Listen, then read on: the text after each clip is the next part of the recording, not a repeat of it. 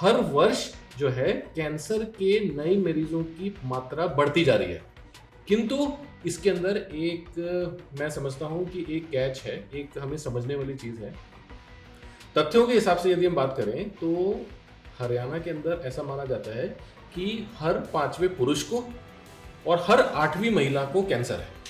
इन तथ्यों के हिसाब से बात करें और हम लोग फरीदाबाद की बात करें तो फरीदाबाद के अंदर करीबन 25 लाख की जनता होगी। यदि मैं अभी नगर निगम चुनाव हुए तो 15 लाख वोटर था फरीदाबाद में, तो हम मान लेते हैं कि फरीदाबाद में नगर निगम क्षेत्र में 25 लाख लोग होंगे डॉक्टर साहब जी। मतलब अगर जिले की हम लोग बात करें, जिले की और भी ज्यादा तो यदि हम लोग नगर निगम की बात करें 25 लाख की जनता के अंदर यदि हम लोग इतने आंकड़ों की बात करें कि हर 5वें पुरुष और 8वीं महिला को कैंसर होगा, इन आंकड़ों के हिसाब से फरीदाबाद नगर निगम के अंतर्गत में ही 3 से 4 लाख कैंसर के मरीज होंगे। नमस्कार फरीदाबाद, मैं सौरभ भारद्वाज। एक बार फिर आप सभी का हार्दिक अभिनंदन है, स्वागत है व्यूअर स्टूडियो पॉडकास्ट में। और आज डॉक्टर मीत कुमार हमारे यहाँ पहुंचे हैं, स्टूडियो पहुंचे हैं। सबसे पहले तो डॉक्टर साहब का स्वागत, हार्दिक अभिनंदन। धन्यवाद। और आप ये समझ लें कि पूरे दिल्ली एनसीआर में डॉक्टर साहब का एक बड़ा नाम है, खासतौर से उन पेशेंट्स के बीच जो कैंसर से जूझ रहे हैं, जो थैलेसीमिया से जूझ रहे हैं, जो ब्लड कैंसर से जूझ रहे हैं खासतौर से। और डॉक्टर साहब उनके लिए एक देवता के समान हैं, ऐसा समझ लें आप।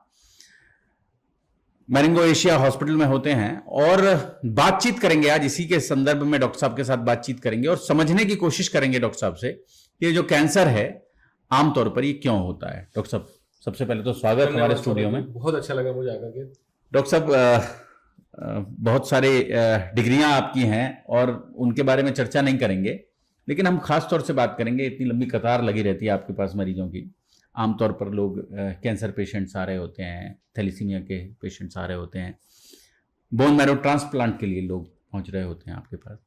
डॉक्टर साहब सबसे पहले बात कैंसर को लेकर, अगर हम बात करें हरियाणा को लेकर, हम लोग आमतौर पर कैसे देखते हैं आप हरियाणा के स्वास्थ्य को, कैंसर की दृष्टि से कैसे देखते हैं? सौरभ जी, कैंसर की जहां तक हम लोग बात करें, कैंसर आज की तारीख में एक महामारी के रूप में बढ़ रहा है। यह एक सच्चाई है, ये अतिशयोक्ति नहीं होगी कहना। कैंसर आज की तारीख में एक महामारी के रूप में बढ़ रहा है।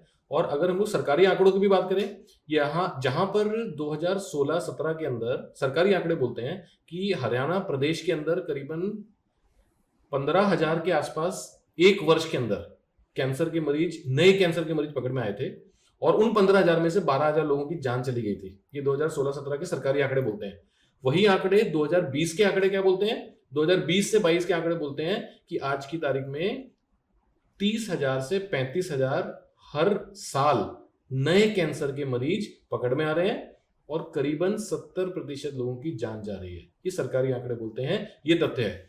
और हर वर्ष जो है कैंसर के नए मरीजों की मात्रा बढ़ती जा रही है, किंतु इसके अंदर एक मैं समझता हूं कि एक कैच है, एक हमें समझने वाली चीज है। तथ्यों के हिसाब से यदि हम बात करें तो हरियाणा के अंदर ऐसा माना जाता है कि हर 5वें पुरुष को और हर 8वीं महिला को कैंसर है।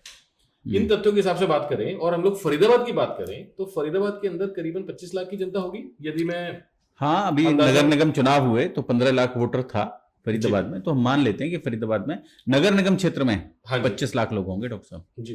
मतलब अगर जिले की हम लोग बात करें, जिले की और भी ज्यादा तो यदि हम लोग नगर निगम की बात करें 25 लाख की जनता के अंदर यदि हम लोग इतने आंकड़ों की बात करें कि हर 5वें पुरुष और 8वीं महिला को कैंसर होगा, इन आंकड़ों के हिसाब से फरीदाबाद नगर निगम के अंतर्गत में ही 3 से 4 लाख कैंसर के मरीज होंगे।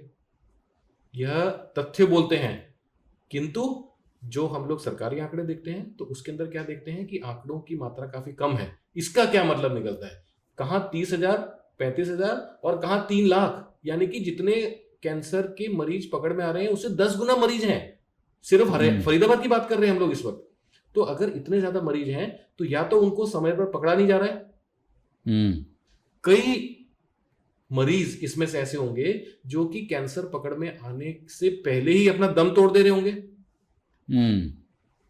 कई ऐसे लोग होंगे जो कैंसर का नाम सुनकर अपनी बीमारी के भय से इलाज कराने नहीं जा रहे होंगे।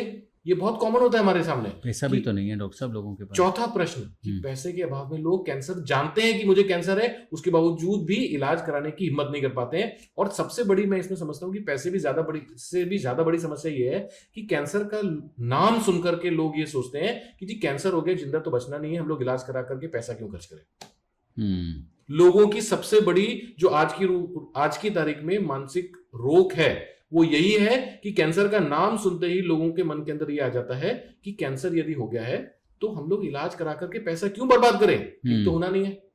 इस सोच को हमको बदलने की जरूरत है। हम लोग 2025 में बैठे हैं, हम लोग 2000 में या 1980 के दशक में नहीं बैठे हैं जहां पर 100 में से 80 लोगों की कैंसर में पकड़ में आने के बाद जान चली जाती थी। हम लोग 2025 में बैठे हैं जहां पर आज की तारीख में हम लोग ये बोलते हैं कि यदि 100 लोगों को कैंसर है तो 100 लोगों में से 70 लोगों को कैंसर आजीवन ठीक किया जा सकता है।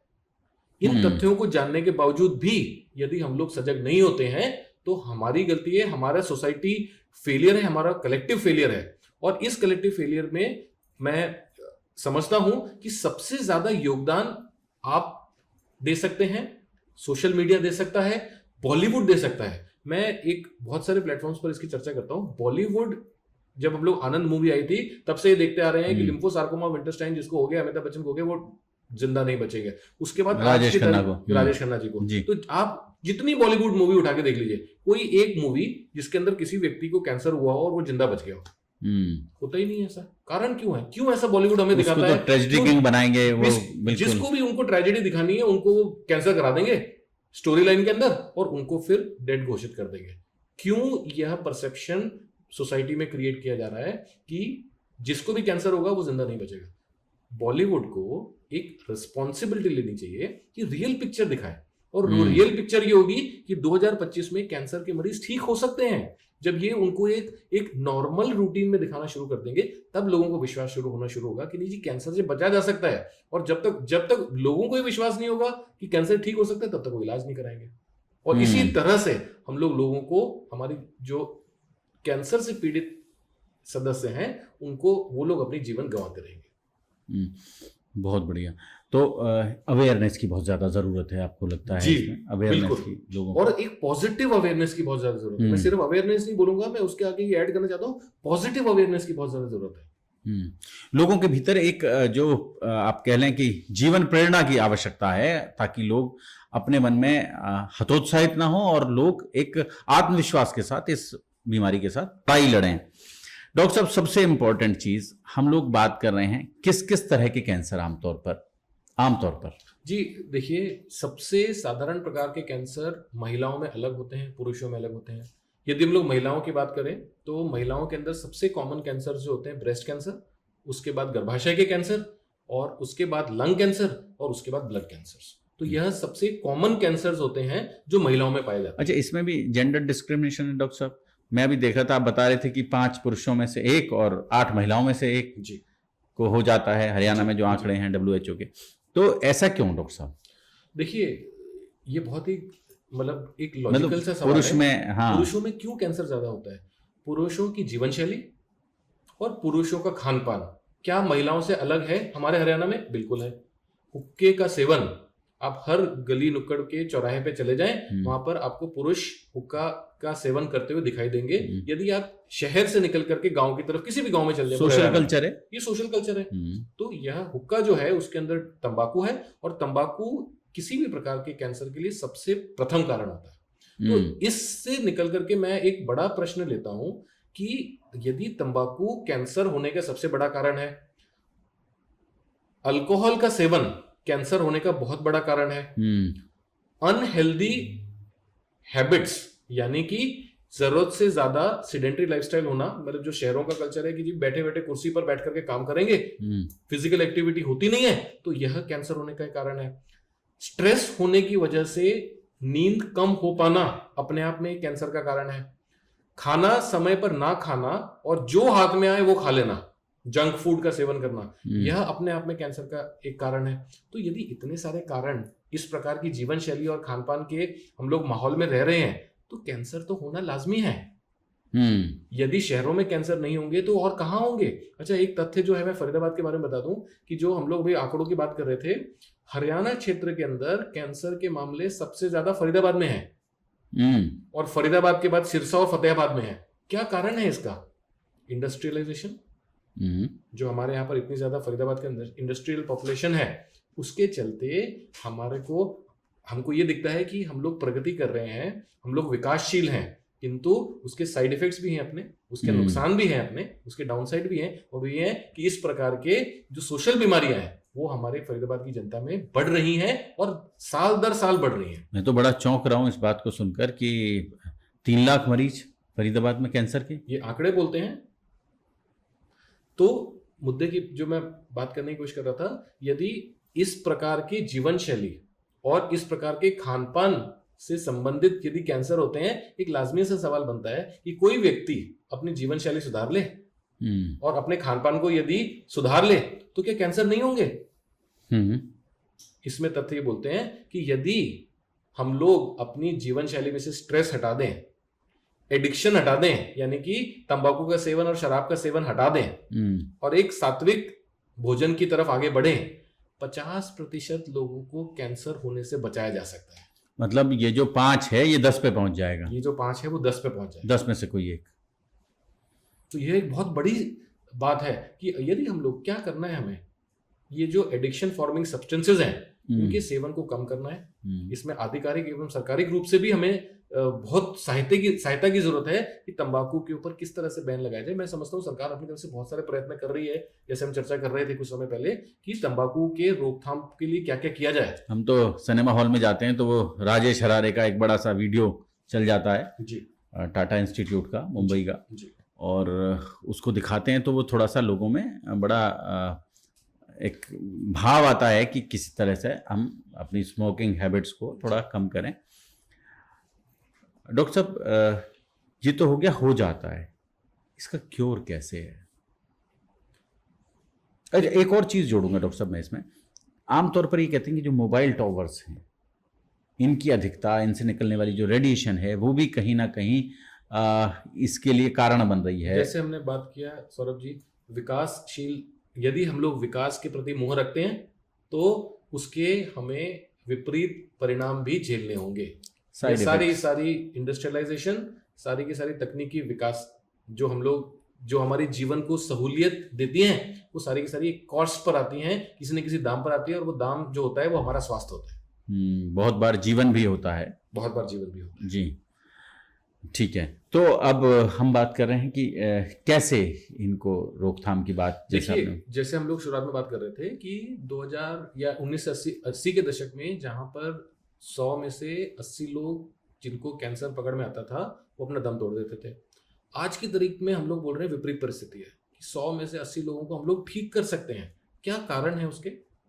किस वजह से जो आज से 40-45 साल पहले जो चीज संभव नहीं थी आज वो संभव क्यों है? उसका जो सबसे बड़ा कारण है वो कारण ये है कि जो मेडिकल फील्ड के अंदर विकास हुए हैं, बीमारियों को पकड़ने की क्षमता जो उस समय पर उस प्रकार के इक्विपमेंट्स ही नहीं थे कि सीटी स्कैन उस टाइम पर थे नहीं, सीटी स्कैन के बिना कैंसर नहीं पकड़ सकते, पेट स्कैन उस टाइम पर नहीं थे। जिन तकनीकी विकास को यूज करके आज की तारीख में हम लोग कैंसर पकड़ पाते हैं उस टाइम पर वो संभव ही नहीं था। रिसर्च का स्तर बढ़ गया है, रिसर्च का काफी स्तर बढ़ गया है, कई सारे नई शोध की वजह से बहुत सारी इतनी दवाइयां आ गई हैं। मैं एक बात करता हूँ, हमारे एक प्रकार का जो ब्लड कैंसर होता है, हम लोग ब्लड कैंसर की अलग से चर्चा करेंगे, पर मल्टीपल माइलोमा नाम का एक कैंसर होता है, ब्लड कैंसर जिसे कहते हैं, जिसे हम लोग हड्डियों का दीमक के नाम से भी जानते हैं। तो इस प्रकार के कैंसर के अंदर अगर आज की तारीख में हम लोग शोध की बात करें, हर साल 2 नई दवाइयां आती हैं और वो 2 दवाइयां जो हैं पिछली वाली दवाइयों से बेहतर होती हैं। अच्छा, ये साल दर साल पिछले 7-8 सालों से लगातार हम लोग देख रहे हैं कि हर साल 2 दवाई नई आती हैं और जो नई दवाई आती है वो पिछली दवाइयों के मुकाबले में 5% 7% बेहतर होती हैं। तो इस प्रकार के मरीजों के लिए जिनको मल्टीपल माइलोमा का कैंसर होता है, उन लोगों को यदि आज की तारीख में हम लोग एक दवाई यूज कर रहे हैं, वो दवाई हमारी कैंसर को 2 साल के लिए नियंत्रित कर सकती है। मुझे ये पता है कि 2 साल के बाद एक और नई दवाई आ जाएगी और वो दवाई को यूज करके जो आज की कैंसर जो उस दवाई पर कंट्रोल नहीं हो रहा है वो उस समय की दवाई पर कंट्रोल हो जाएगा। तो इस वजह से मल्टीपल माइलोमा आज से कुछ दशकों पहले तक जो कि घातक बीमारी मानी जाती थी, आज की तारीख में उसे हम लोग धीरे धीरे करके ये बोल रहे हैं कि वो क्रोनिक डायबिटीज और ब्लड प्रेशर की तरह बीमारी हो गई है। आप दवाइयां देंगे, बीमारी कंट्रोल हो जाएगी, और हो सकता है कुछ समय पर कंट्रोल लेने के बाद अगर वापस आती है तो हमारे पास और दवाइयां होंगी जिसको देख करके हम लोग और 2-4 साल उस बीमारी को कंट्रोल कर पाएंगे, 6 साल के लिए कंट्रोल कर पाएंगे, जिससे उनका उन्हीं व्यक्तियों का जो जीवन समाप्त हो जाता था कुछ दशकों पहले तक, आज की तारीख में वो अपना एक नॉर्मल लाइफ स्पैन की तरफ आगे बढ़ रहे हैं। डॉक्टर साहब आमतौर पर ये कहते हैं कि अरे इसको तो कैंसर है और अब पता भी 4th स्टेज में चला है, बिल्कुल लास्ट स्टेज है जिसमें इसको जानकारी मिली है कि ये कैंसर है और अब ये क्योर नहीं हो सकता। इस तरह की बातें आमतौर पर हम लोग हम उसी की बात कर रहे थे कि कैंसर को यदि हम लोग अर्ली स्टेजेस में पकड़ लें, जिसे अर्ली डिटेक्शन के नाम से जाना जाता है, अगर अर्ली स्टेजेस में पकड़ लें उसके ठीक होने की संभावना दुगनी हो जाती है। और यही कैंसर लोग अपने सिम्टम्स को निग्लेक्ट करते रहे, खांसी में खून आ रहा है पर निग्लेक्ट कर रहे हैं, पेट में दर्द होता ही जा रहा है, निग्लेक्ट कर रहे हैं, बुखार आ रहा है जो थम नहीं रहा, निग्लेक्ट कर रहे हैं, पेशाब में खून आ रहा है, निग्लेक्ट कर रहे हैं। इस प्रकार के लक्षणों को जो बार बार निरंतर चलते ही रहे, कुछ आपने दवाई ले ली ठीक हो गए पर उसके बावजूद भी उस प्रकार के लक्षण चलते ही जा रहे हैं, तो उन लक्षणों को नजरअंदाज ना करते हुए अपने ऑन्कोलॉजिस्ट डॉक्टर से मिलें, अपने हेमेटोलॉजिस्ट डॉक्टर से मिलें, उनकी जांच कराएं कि क्या कारण है जिसकी वजह से ये लक्षण हमारे ठीक नहीं हो रहे हैं। हो सकता है वो कैंसर हो, अगर वो कैंसर है और उसको समय रहते यदि हमने पकड़ लिया, उसके ठीक करने की संभावना दुगनी कर सकते हैं।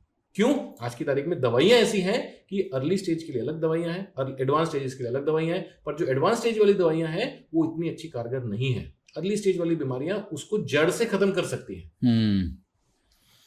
मतलब शुरू में पता चले तो बहुत अच्छे नतीजे कर सकते हैं। और डॉक्टर साहब कोई ऐसा कि कोई रेगुलर टेस्ट कोई आदमी कुछ इस तरह का करवाता रहे, कुछ इस तरह की भी देखिए उसमें मतलब मैं बोलता हूँ अंतरराष्ट्रीय स्तर पर जो है कैंसर स्क्रीनिंग के लिए अलग अलग टेस्ट दिए गए हैं। वो यदि आप अलग अलग ऑर्गन्स के हिसाब से हैं, जैसे लंग के कैंसर के लिए कुछ टेस्ट होते हैं, ब्लड के कैंसर के लिए कुछ टेस्ट होते हैं, प्रोस्टेट कैंसर के लिए कुछ टेस्ट होते हैं, कुछ ब्लड टेस्ट हैं, कुछ इमेजिंग है जैसे अल्ट्रासाउंड है, सीटी स्कैन है, तो वह एक डेफिनेट प्रोटोकॉल होता है जो कोई भी व्यक्ति 35 साल या 40 साल से अधिक का है उन्हें रेगुलर ईयरली बेसिस पर अपने ऑन्कोलॉजिस्ट या हेमेटोलॉजिस्ट से मिलना चाहिए और इस प्रकार की रूटीन टेस्टिंग कराने चाहिए। जैसे पैप्समियर होता है फीमेल्स के अंदर जो गर्भाशय के कैंसर होते हैं उनके लिए। वैक्सीन्स का आज की तारीख में बहुत प्रचलन है और मैं समझता हूं कि वैक्सीन्स जो हैं कुछ प्रकार के सर्वाइकल कैंसर्स के लिए जैसे जो वैक्सीन है वो बहुत ही इफेक्टिव मेडिसिन हैं, बहुत ही कारगर दवाइयां हैं और वो रूटीनली कैंसर वैक्सीन्स का प्रचलन बढ़ना चाहिए क्योंकि वो एक बहुत बड़ी जो एक कॉमन कैंसर है महिलाओं का सर्वाइकल कैंसर, उससे बचाने में बहुत हद तक सक्सेसफुल है। आमतौर पर डॉक्टर साहब चर्चा चलती है बोन मैरो ट्रांसप्लांट के बारे में हम लोग बात करते हैं, ये कौन कौन से कैंसर में कारगर सिद्ध होता है और भी कौन कौन सी बीमारियों में ये कारगर सिद्ध होता है? यदि हम लोग ब्लड से संबंधित बीमारियों की बात करें, मैं इसमें शुरुआत इस तरह से करना चाहूँगा कि ब्लड कैंसर लोगों के मन के अंदर एक ऐसा डर है कि नाम सुनकर ही लोग ये बोलते हैं कि यह व्यक्ति नहीं बचेगा और हो सकता है 2 हफ्ता भी ना जिंदा बच पाए। हमारे पास मरीज आते हैं इस प्रकार के कि सर ब्लड कैंसर हुआ है और हमें बताया गया है कि 2 हफ्ते भी, हमारे परिवार वाले बोल रहे हैं कि 2 हफ्ते भी जीवन संभव नहीं है। हाल ही में हमने कुछ सेलिब्रिटीज के बारे में भी सुना जिनको ब्लड कैंसर हुआ था, उसमें से कुछ ठीक हुए कुछ नहीं ठीक हुए। आप किरण खेर जी की बात करें, उनको मल्टीपल माइलोमा हुआ था। लीजा रे जो एक्ट्रेस थी उनको कुछ समय पहले मल्टीपल माइलोमा हुआ था। ऋषि कपूर जी को अक्यूट ल्यूकीमिया हुआ था। तो इस प्रकार के बहुत से सेलिब्रिटीज हैं जिनको ब्लड के कैंसर्स हुए हैं और बहुत से लोग इनमें से ठीक हुए हैं। तो ब्लड कैंसर नाम सुनकर के यदि कोई व्यक्ति आज की तारीख में 2025 में बैठ करके ये बोलता है जी ब्लड कैंसर ठीक नहीं हो सकता है, तो वो गलत बोल रहा है। उसके पास जानकारी का अभाव है, उन्हें अपनी जानकारी को सुधारने की जरूरत है क्योंकि ब्लड कैंसर आज की तारीख में ठीक नहीं हो सकता, परमानेंटली क्योर किया जा सकता है और 100 में से 60 से 80 लोगों को परमानेंट क्योर किया जा सकता है ब्लड कैंसर की जैसी भयानक बीमारी से भी। तो ब्लड कैंसर आज की तारीख में डरे बिना आप अपने हेमेटोलॉजिस्ट डॉक्टर के पास जाएं और उनसे पूछें, सही सवाल पूछें। मेरा निवेदन सबसे रहता है आज की तारीख में कि हम लोग जो है हमें सीखने की जो है समाज में हमें ये सीखने की जरूरत है कि हमारे सही प्रश्न क्या होने चाहिए। हमें लोगों को ये बताना चाहिए कि यदि हम किसी परिस्थिति में हैं, किसी प्रकार के कैंसर से जूझ रहे हैं, तो हमारे लिए सही प्रश्न क्या होना चाहिए हमारे डॉक्टर के लिए, ताकि हम लोग सही इलाज सही समय पर करा सके। जैसे ब्लड कैंसर के बारे में, बोन मैरो ट्रांसप्लांट के बारे में हम लोग बहुत चर्चा करते हैं। बोन मैरो ट्रांसप्लांट एक इलाज है जो कि सर्जरी नहीं है। ये एक मिथ्य धारणा है कई लोगों को होती है कि बोन मैरो ट्रांसप्लांट किसी प्रकार की सर्जरी है। ये कोई सर्जरी नहीं है, ये एक मेडिकल चिकित्सा है, पहली चीज। दूसरी चीज, यह 2 प्रकार का हो सकता है, जिसके एक प्रकार का होता है जिसके अंदर जो मरीज है उस मरीज के खुद के ही स्टेम सेल्स उसके इलाज के लिए यूज किए जाते हैं, और दूसरे प्रकार का जो बोन मैरो ट्रांसप्लांट होता है जिसके अंदर डोनर के स्टेम सेल्स यूज करके पेशेंट की बीमारी को खत्म किया जाता है। तो ये 2 प्रकार के बोन मैरो ट्रांसप्लांट होते हैं मूलतः। और बोन मैरो ट्रांसप्लांट से अंदाजन हम लोग ये समझते हैं कि 60 से 70% लोगों की बीमारियों को हम लोग जड़ से खत्म कर सकते हैं। कौन सी बीमारियां ऐसी हैं जिसके लिए बोन मैरो ट्रांसप्लांट कारगर है आमतौर पर जी, और कौन सी बीमारियां हैं जिसके लिए यह सफल चिकित्सा के रूप में देखा जाता है? कुछ प्रकार के ब्लड कैंसर सर्वोत्तम है इसके अंदर। Acute myeloid leukaemia blood cancer का एक ऐसा रौद्र रूप जो कि कुछ सालों पहले तक ऐसा बोला जाता था कि 100 में से 100 लोग नहीं जिंदा बचेंगे, मर जाएंगे। वो आज की तारीख में 100 में से 60 लोग 70 लोग आजीवन बोन मैरो ट्रांसप्लांट की वजह से ठीक हो पा रहे हैं। अलग अलग प्रकार के और भी ब्लड कैंसर जैसे मल्टीपल माइलोमा है, लिम्फोमा है, हॉजकिंस और नॉन हॉजकिंस लिम्फोमा, ये सारे ब्लड कैंसर है जिनके लिए बोन मैरो ट्रांसप्लांट एक वरदान है। कुछ प्रकार के नॉन कैंसरस कंडीशंस जिनके अंदर बोन मैरो ट्रांसप्लांट, जैसे हम लोग कुछ समय पहले चर्चा कर रहे थे, थैलेसीमिया जो एक प्रकार का रोग होता है, जो एक जन्मजात बीमारी है, बच्चों के अंदर होती है, वंशानुगत बीमारी है, और बच्चा जिसको थैलेसीमिया मेजर की तकलीफ हो वह बच्चा आजीवन, जब तक उसका जीवन काल रहेगा तब तक उसे हर महीने या हर 1.5 महीने में या हर 2 हफ्ते में खून चढ़ाते ही रहना पड़ेगा। और एक समय ऐसा आएगा खून की मात्रा चढ़ाते चढ़ाते शरीर में इतना ज्यादा आयरन जमा हो जाएगा कि वो आयरन शरीर के हर अंग को फेल कर देगा, और वो बच्चा जो है जिसको सिर्फ खून चढ़ा करके थैलेसीमिया का इलाज किया जाए, उनका एक एवरेज लाइफ स्पैन हम समझते हैं 25-26 साल के आसपास होता है। इन प्रकार के बच्चों को आप आजीवन बोन मैरो ट्रांसप्लांट के इलाज से आजीवन क्योर कर सकते हैं। यह एक, आप सोचिए कि जो एक बच्चा 2 साल का बच्चा है, 2 साल की उम्र से उसको लगातार खून लग रहा है, और उसका हमें पता है कि खून लगाने के बावजूद भी उसका जीवन काल सिर्फ 26 साल या 27 साल या 25 साल होगा। उन बच्चों को यदि आप एक जीवन दान दे सकते हैं इस ट्रीटमेंट के माध्यम से, तो इससे ज्यादा अच्छी बात क्या हो सकती है। कुछ प्रकार के नॉन कैंसरस कंडीशन और भी होती है, जैसे हम लोग एप्लास्टिक एनीमिया कहते हैं। एप्लास्टिक एनीमिया का मतलब होता है कि जी बोन मैरो ने काम करना बंद कर दिया है, बोन मैरो काम नहीं कर रहा है, तो उस अवस्था को एप्लास्टिक एनीमिया कहते हैं। उस बीमारी के अंदर 100 में से 90 लोगों को बोन मैरो ट्रांसप्लांट करके ठीक किया जा सकता है। आज की तारीख में बहुत से हमारे मित्र हैं जो हमसे बात करते हैं ऑटो इम्यून बीमारी के बारे में। आपने एक बीमारी का नाम सुना होगा, मल्टीपल स्क्लेरोसिस, जो कि ब्रेन के अंदर नसों को कमजोर कर देती है, और उस कमजोर होने की वजह से पेशेंट्स जो हैं एक डेबिलिटेटिंग कंडीशन या एक पैरालिसिस की कंडीशन में पहुंच जाते हैं। और यह जो कंडीशन है सिर्फ शरीर के अंगों को नहीं, शरीर के अंदरूनी अंगों को भी प्रभावित करती है। इस प्रकार की बीमारी को जहां पर मेडिकल ट्रीटमेंट काम ना कर रही हो, उसके अंदर बोन मैरो ट्रांसप्लांट करके इन प्रकार के मरीजों को भी एक नया जीवन दान दिया जा सकता है। तो बहुत सी ऐसी बीमारियां हैं जिनके अंदर बोन मैरो ट्रांसप्लांट कारगर ही नहीं बल्कि जीवनदान के रूप में साबित हो रहा है। बहुत बढ़िया डॉक्टर साहब, हमने बात कर ली कि कैंसर क्यों होता है, हमने इस पर बात कर ली कि कैसी शैली से उसको रोका जा सकता है, हमने इस पर बात कर ली कि कैंसर को अगर हमने क्योर करना है तो कौन कौन सी स्टेजेस हैं जहाँ पर इसके बारे में हम लोग, और कैसे उसको रोकें ताकि हम लगातार अपना, कुछ और लगता है कि लोग कुछ और करें ताकि वो कैंसर से दूर रहें, प्लास्टिक को अपनी लाइफस्टाइल से दूर करें, या कुछ ऐसा, यूरिया को, या कुछ ऐसा जो आपको लगता है केमिकल और ये सब चीज़ें मानव के जीवन में इतनी ज़्यादा हो गई जिनकी वजह से कैंसर। मैं इसका जो है उत्तर इसी रूप में देना चाहूँगा कि जीवन शैली के अंदर हमारा, इसके अंदर ऑर्गेनिक खाने का कंजम्पशन से लेकर के मिलावटी घी और तेल के कंजम्पशन से लेकर के, हम लोग जिस वातावरण में रहते हैं, हमने कुछ वर्षों पहले ये डेटा हम सबने सुना था कि यदि कोई व्यक्ति एनसीआर में रह रहा है तो वो ना चाहते हुए भी 10 सिगरेट का सेवन कर रहा है। तो 16 सिगरेट हो गया बाद में, फिर बाद में 16 अब 22 भी सुनने में आता है कई बार कि 22 सिगरेटें पी जाता है वो। तो इसका क्या निदान है, इस प्रकार की समस्या का निदान क्या है? हम्म, तो जीवन शैली। अब जीवन शैली के अंदर आप हो सकता है कि एनसीआर ना छोड़ सकें, तो आपको इन सब भी प्रकार के एक्सपोजर्स को, ऑर्गेनिक एंड टॉक्सिक एक्सपोजर्स को तो झेलना ही पड़ेगा, उसका कोई ऑल्टरनेटिव नहीं है। इसके बीच में हम लोग क्या ऐसा कर सकते हैं कि हमारे जीवन को हम लोग और ज्यादा स्वस्थता की तरफ लेके चले जाएं। आप अपने जीवन को एक तो स्ट्रेस फ्री करें। सबसे पहली चीज मैं बोलना चाहूंगा, अपने जीवन में से स्ट्रेस की कमी करें। अननेसेसरी स्ट्रेस ना लें। ट्रैफिक का स्ट्रेस, जॉब का स्ट्रेस, वर्क प्लेस का स्ट्रेस, गर्लफ्रेंड बॉयफ्रेंड होने का स्ट्रेस, तो ये सारे के सारे स्ट्रेसेस को अपने जीवन से कम करेंगे तो एक तो आप अपना एक सही दिशा में आगे बढ़ने की पहल कर पाएंगे।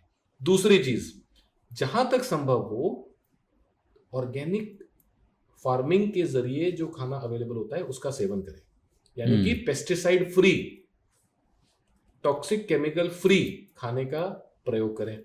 हमने बीच में एक अभी हमने रिसेंटली में वीडियो काफी सुने थे, जो है कि आज की तारीख में जो नॉन डिसॉल्वेबल प्लास्टिक हर हमारे खाने के आइटम से लेकर के पहनने के आइटम से लेकर के हर जगह पर है। वो हम लोग जो कपड़े पहनते हैं, कपड़ों के अंदर जो सिल्क फ्री, हम लोग स्टेन फ्री कपड़े पहनते हैं, उसके अंदर जो मटेरियल यूज होता है, जो हमारे स्टेनलेस फर्नीचर के अंदर जो मटेरियल यूज होता है, हमारे जो खाने के फूड पैकेजिंग के अंदर जो मटेरियल यूज होता है, जो प्लास्टिक यूज होता है, ये सारे के सारे कैंसर के कारण बनते हैं। अभी कल परसों एक वीडियो वायरल हुआ डॉक्टर साहब, और उस वीडियो में वो एक सज्जन है, वो बड़ा कढ़ा है और उसमें वो तेल डालते हैं, तो वो तेल का जो पैकेट है उसको काटते नहीं हैं, वो पैकेट को ऐसे ही डाल देते हैं उसमें जी। देखिए, तो वो जो प्लास्टिक है उसका पिघल जाता है तो तेल उसमें भर जाता है। उसमें तो चालान वालान भी हुआ है, फाइन हुआ है, मतलब। लेकिन इस तरह की जीवन शैली जो है वो निश्चित रूप से कहीं ना कहीं घातक तो है ही।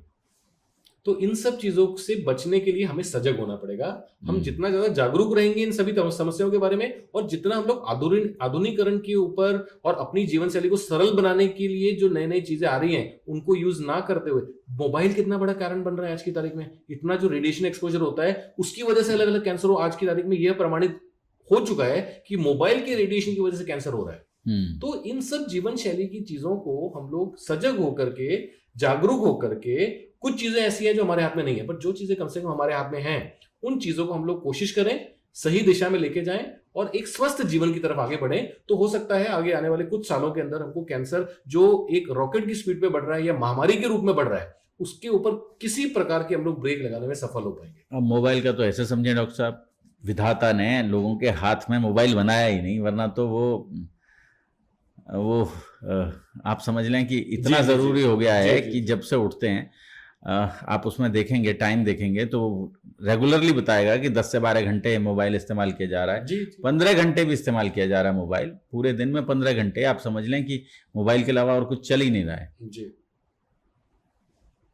डॉक्टर साहब, हमारे स्टूडियो पधारने के लिए, हमारे साथ इतनी बहुत दिलचस्प चर्चा करने के लिए आपका बहुत बहुत धन्यवाद डॉक्टर साहब, बहुत बहुत शुक्रिया। बहुत बहुत धन्यवाद सौरभ जी, बहुत बहुत धन्यवाद। जोड़ेंगे फरीदाबाद आपको शहर की ऐसी ही और महत्वपूर्ण पर्सनालिटीज के साथ। बहुत बहुत शुक्रिया।